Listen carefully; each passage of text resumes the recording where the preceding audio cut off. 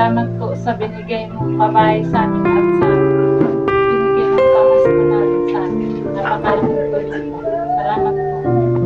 Drive lang po sana hindi sa'yo ng mahal na Diyos at dalangin ko po na humaba pa yung buhay mo at sana marami ka pang matulungan na tao na tulad ko na naghihirap sa buhay. At napakabuti niyo pong tao. Kasi kahit hindi niyo po ako kakilala, tinulungan niyo ako. At sana marami pang blessing ang dumating sa iyo para marami ka pang matulungan na tao. Maraming salamat po talaga, Ma'am Elma Valderrama, sa binigay mo pabahay sa amin. Hindi ko po ito makakalimutan at hindi ko po kayo makakalimutan sa binigay niyong tulong sa amin.